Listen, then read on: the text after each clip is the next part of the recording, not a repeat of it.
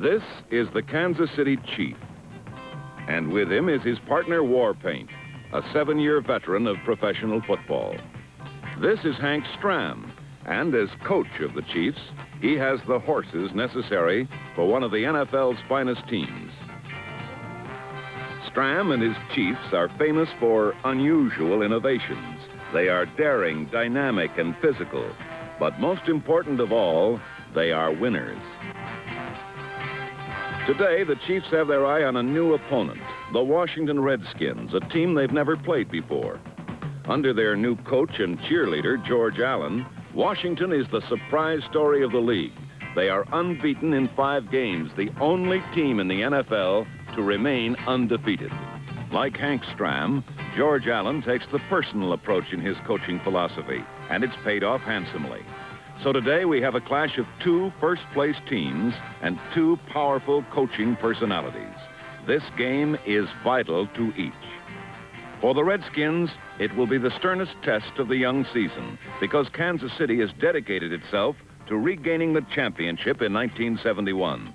In turn, Kansas City is confronting a squad of veterans with their own war cry. For Washington's over-the-hill gang, the future is now. Today in Kansas City, before the largest sports crowd in that city's history, something will give. I'm Bob Delaney, and this is the NFL Game of the Week. Washington has won the way of most winners by making few mistakes. But on their first play of the game, their fine running back, Larry Brown, fumbled, and Willie Lanier recovered on the Washington 28. This would be only the beginning for Willie Lanier.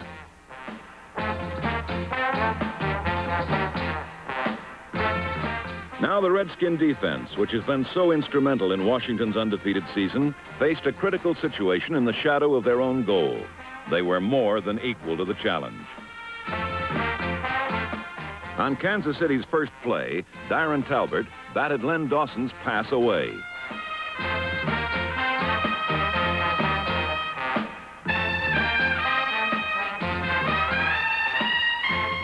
On the second play, Dawson was pressured again.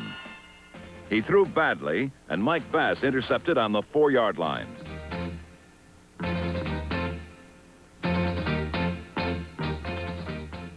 This has been the trademark of the new Redskins, great defense, a defense that gets the ball for the offense. Now, with the ball on their own 4, Billy the Kid Kilmer would again try to attack the Chief defense with his main weapon, the run. It appeared that Washington would go somewhere in this series when Larry Brown ripped through a gaping hole over left end for 25 yards.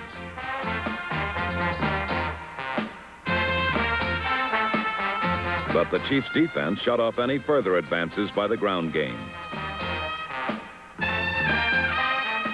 They forced a punt, and Dawson had to begin his second series by ducking heavy pressure and legging it to his own 40.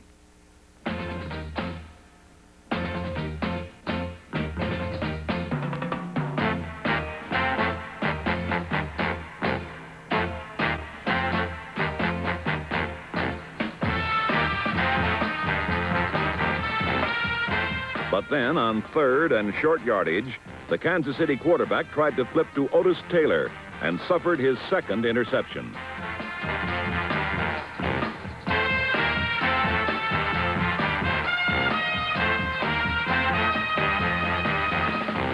Only a diving tackle by Dave Hill stopped Pat Fisher from scoring.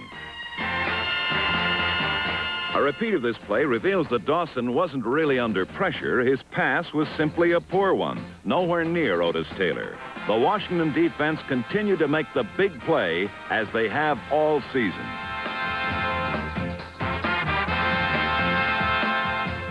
It's interesting that the man who made it was Pat Fisher. The matchup of the tiny cornerback on the much taller Taylor was touted to be one of the keys of this game. Fisher had drawn the first blood in the duel. It took one play for Billy Kilmer to capitalize on the gift. Off a play fake to Charlie Haraway, he flipped to Charlie Taylor in the end zone for a touchdown. Taylor's signal made it official. Washington led Kansas City 7-0. Washington's kickoff strategy was to keep the ball away from speedy Warren McVeigh, but following the touchdown, it backfired as Curt Knight's kick was taken by Robert Holmes, who returned it to the 45, giving his team excellent field position.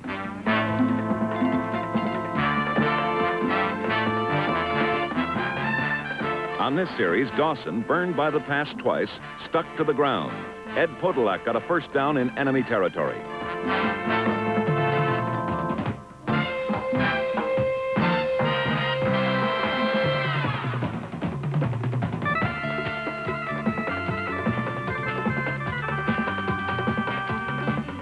But several plays later, on third down, Podolak was hit for a loss by Verlin Biggs. And from the 39-yard line, Jan Stenerud tried a field goal.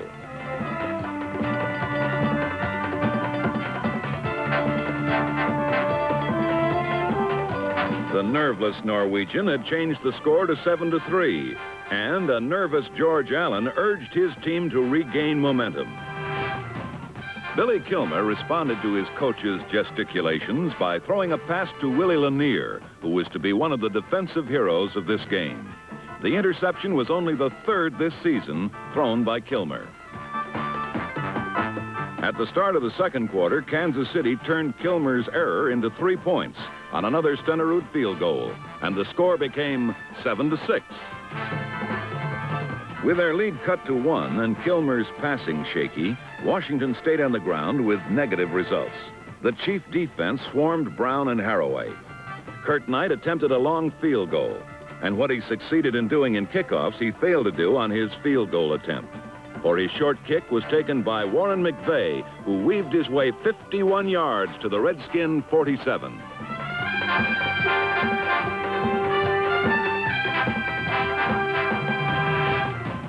Despite McVeigh's big play, Kansas City again was unable to move the ball on George Allen's defense. Washington had a reprieve. Again, their running tandem of Brown and Haraway was stopped cold. So on third down, Kilmer came up with a change of pace.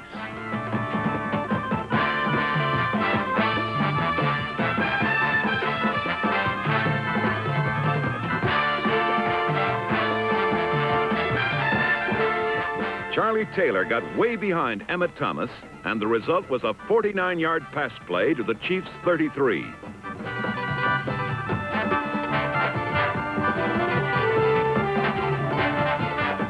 Again, Kansas City got tough in their own territory. And on third down, Kilmer's pass for his other fine receiver, Roy Jefferson, was too low. Washington settled for a field goal, and the score was 10-6. On the Chiefs series, Dawson continued to have his difficulties passing against Washington's zone defense, which was masterful in disguising their coverage in the first half.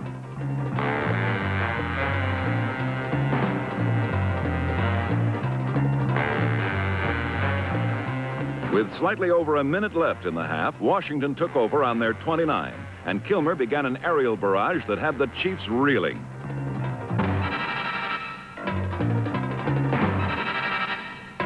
After passes to his tight end Jerry Smith and Charlie Taylor put them on the Chief 36, Billy the Kid, with less than a minute to go, shot a perfect pass off Taylor's chest. He made the grab and streaked into the end zone.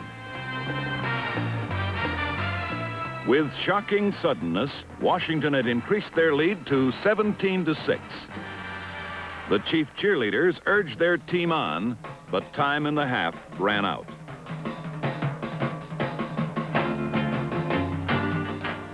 The Redskins' sudden score was a costly one, however.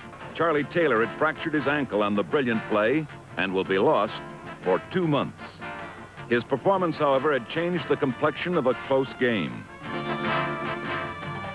As the half came to an end, each team had run 32 plays, but there the resemblance ended. Washington had 3 times as much yardage. The most telling figures were in passing, where the Redskins' defense had hurried and harassed Len Dawson so effectively that he completed only 1 of 10 passes for the grand total of -7 yards. So completely was Hank Stram's aerial circus curtailed by the Washington defenders that none of the Chiefs' ends had caught a pass. As George Allen's Chargers made their way to the locker room at halftime, they knew they had control of the game. They were equally aware, however, that the ankle injury to Charlie Taylor would be a serious handicap in the half yet to come. With the Chiefs trailing 17-6 at the half, the standing room only crowd anxiously awaited the second half kickoff. But Charlie Taylor's touchdown had given the Redskins momentum, and their special team sustained it by stopping Robert Holmes' return.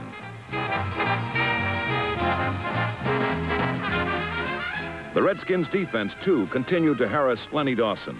On the first play of the second half, Jimmy Jones, number 82, subbing for an injured Verlin Biggs, got to Dawson.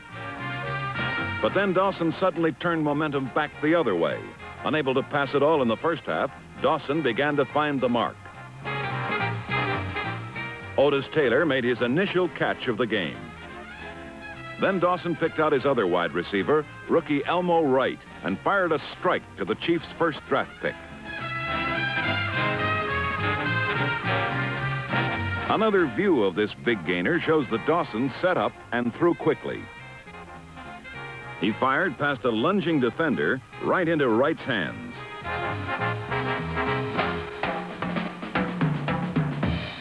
Though he was finally having success in the air, Dawson kept the Skins' defense honest with a run, and Podolak carved out another chunk of 20.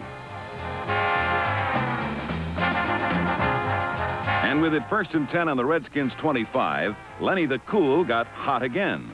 With plenty of time to throw, he fired another strike to Otis Taylor, this time for a touchdown.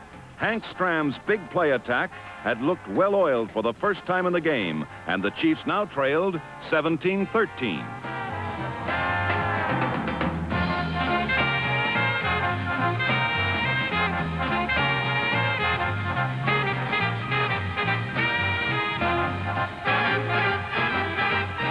Momentum is perhaps the key intangible in pro football, and the Chiefs' defense sustained it on the Redskins' first offensive series of the second half. Larry Brown could not break away at all, and unlike the first half, Billy Kilmer was unable to convert the third down play, as Washington's first series went nowhere.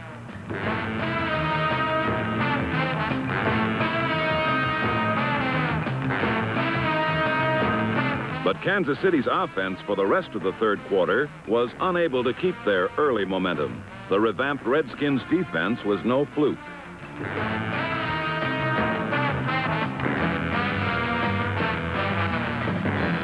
George Allen had dug into his former team for linemen and linebackers.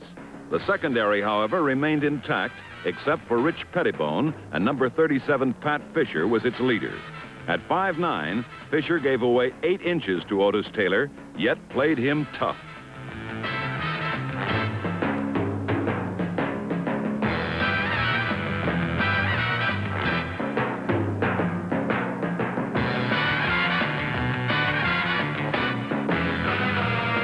However, when the Redskins were in a zone, and when he had time, Dawson found Taylor open. And the Big O with the ball is one of the toughest receivers there is to corral.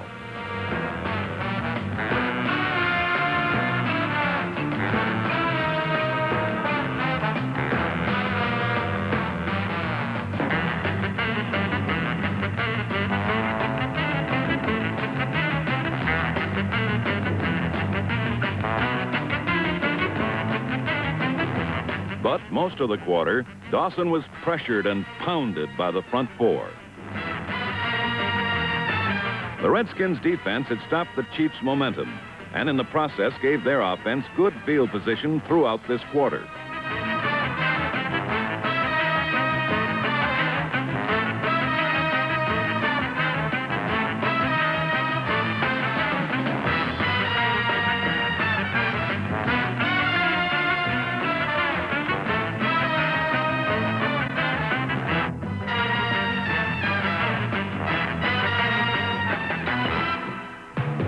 It was becoming more evident, however, that the Redskins' offense was in trouble because they couldn't establish a consistent running game. Kilmer did convert 2 big third down plays on this drive, though, and moved the ball from midfield to the Chiefs' 30.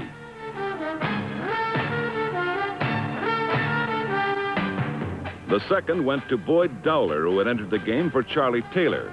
Dowler is good, but there is no substitute for a superstar. Inside their 30, the Chiefs' defense does overtime.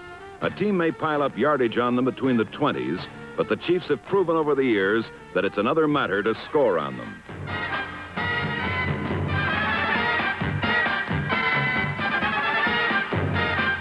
On third down from the 26, however, the Redskins betrayed themselves when Mac Alston dropped a pass that in retrospect became one of the big plays of the game.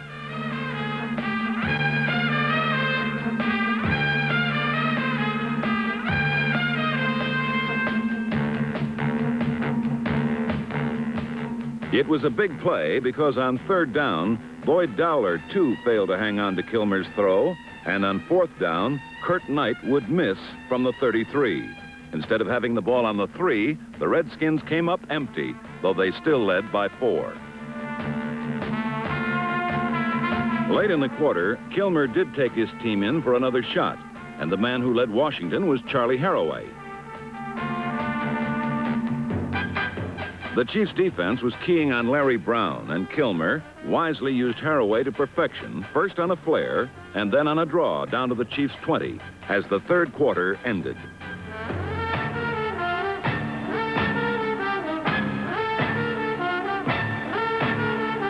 But on a 3rd and 3 from the Chiefs' 14, a bad snap put any hopes of a Redskin touchdown on ice. They had to settle for a field goal and a 7-point lead with 14 minutes to play. But for Washington, the sun, which had shone so brightly on them most of the game, was about to set.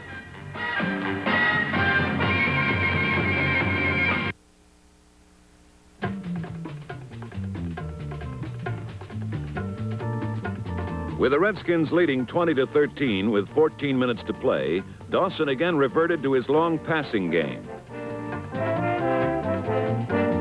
At first, it didn't work, as Ron McDowell grabbed Dawson on his own 10.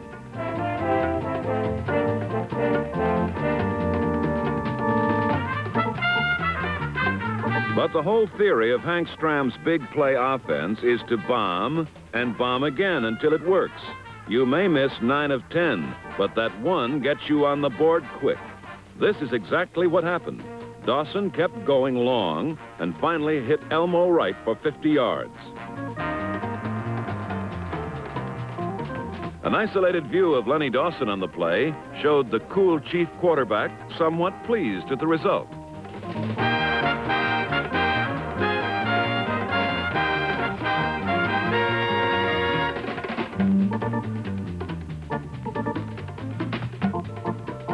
Two plays later, Dawson went back to Wright and hit him for the score. Wright ran his own special pattern once in the end zone, the Elmo Shuffle.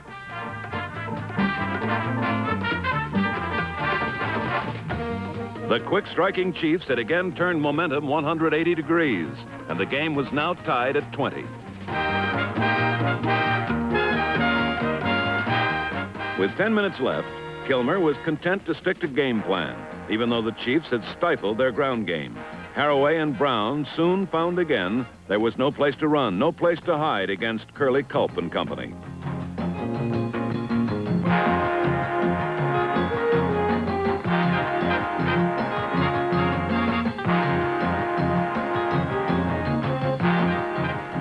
Without the threat of Charlie Taylor, Kilmer went for shorter passes. But an isolated view of Kilmer showed the results to be negative. The Chiefs' defense had held again.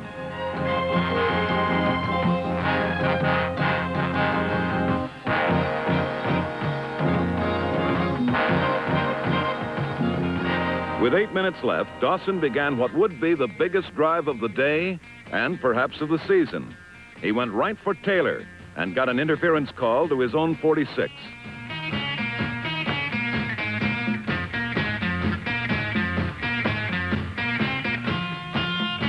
Then, surprisingly, Dawson went to his ground game for 6 straight plays.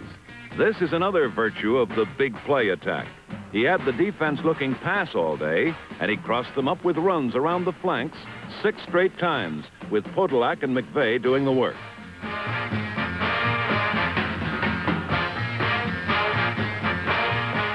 The defense now thoroughly confused, Dawson jumped on them for one final shocker. A deep post to none other than Otis Taylor, covered man for man by Fisher. It was no contest. a perfect pass, an amazing reception, and the Kansas City Chiefs had taken the lead. On a repeat, watch Dawson fake to Wendell Hayes to pull in the secondary and keep his eye on his target despite a charging lineman. His pass was true, thrown high and away from the defender. Taylor's beautiful one-hand catch was the capper to another great day for the 7-year man from Prairie View. Taylor is not the Chiefs' tallest man, but he is the biggest Chief of them all. He has consistently made the big plays that have turned games around, and he was on the verge of winning another one for Kansas City. The Big O, Otis Taylor, and the Big D, the Chiefs' defense. Kilmer tried vainly to rally his team with 2 minutes left, but in the end, this was not to be the Redskins' day. Kilmer's receivers dropped passes, and the full fury of the Chiefs' front four dropped Kilmer.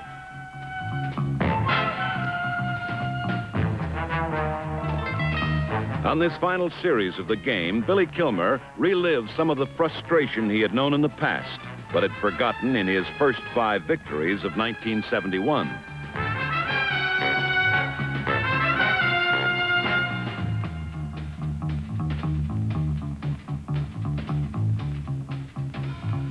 Fourth and 15. The Chiefs dug in for one last stand.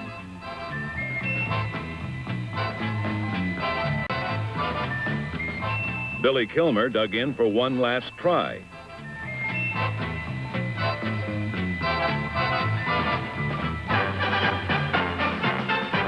It was all over, and cornerback Jim Marsalis let everyone know it.